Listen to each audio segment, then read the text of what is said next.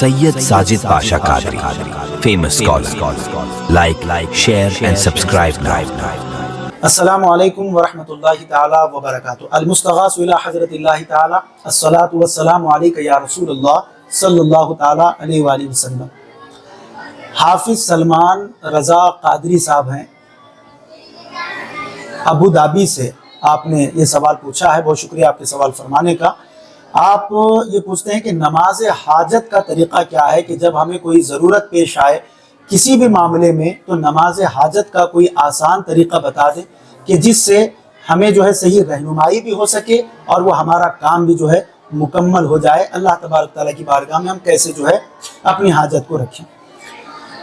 بہت شکریہ آپ کے سوال فرمانے کا. معزز سامعین و ناظرین کرام، یہ سوال ہر مسلمان، ہر مغموم، ہر مظلوم، ہر بے کس اور ہر پریشان آدمی کے جو ہے دماغ میں گردش کرتا ہے کہ اللہ تبارک و تعالیٰ سے اگر میں مانگوں تو کس طرح مانگوں، اللہ کی بارگاہ میں اپنی حاجت رکھوں تو کیسی رکھوں، اور کیا کوئی ایسی نماز بھی ہے کہ جس کو پڑھ کر اگر ہم مانگیں تو اللہ تبارک و تعالیٰ وہ جائز حاجت اور مراد ہماری پوری فرمائے گا.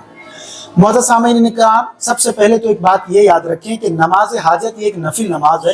میں اس کا طریقہ بھی آپ کو بتا رہا ہوں، دعا کا طریقہ بھی آپ کو بتا رہا ہوں.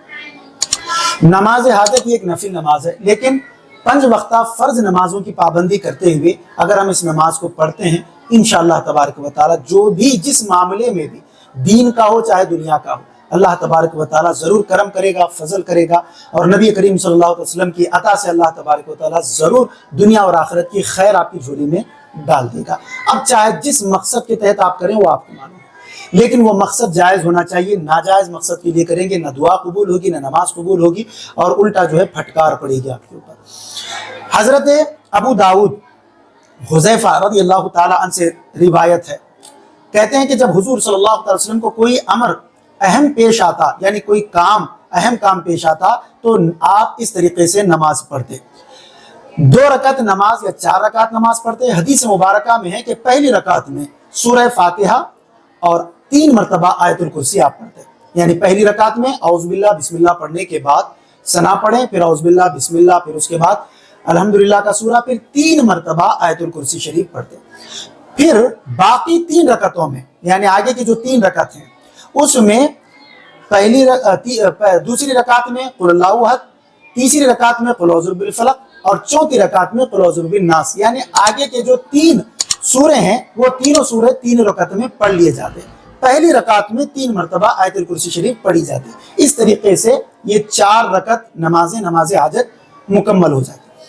اب اس کی نیت کیا ہے؟ نیت کی میں نے 4 رکعت نفل نماز حاجت کی واسطے اللہ تبارک و تعالیٰ کے منہ میرا کعبہ شریف کی طرف، اللہ اکبر. یا آپ اتنا بھی کہہ لیں کہ میں 4 رکعت نفل نماز حاجت کی نیت سے پڑھ رہا ہوں منہ میرا کعبہ شریف کی طرف، اللہ اکبر. اتنا بھی کہہ لیں تو کافی ہے. یا اگر یہ بھی نہیں کہہ سکتے تو بس آپ اللہ اکبر بول کر ٹھہر جائیں. نفل نماز آپ پڑھ رہے ہیں اتنا آپ کے ذہن میں رہے، اور وہ حاجت کی نیت سے آپ پڑھ رہے ہیں.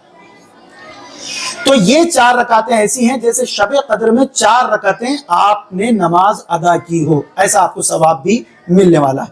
مشائخین فرماتے ہیں کہ ہم نے یہ نماز پڑھی اور ہماری تمام حاجتیں مکمل بھی ہوئی الحمدللہ. تو یہ نماز حاجت کو آپ اس طریقے سے ادا کر کے اس کے بعد اللہ کی بارگاہ میں رو کر دعا کریں. انشاءاللہ تبارک و تعالیٰ جو بھی جائز حاجت ہوگی اللہ تبارک و تعالیٰ اس کو پوری فرمائے گا. واللہ اعلم ورسولہ اعلم.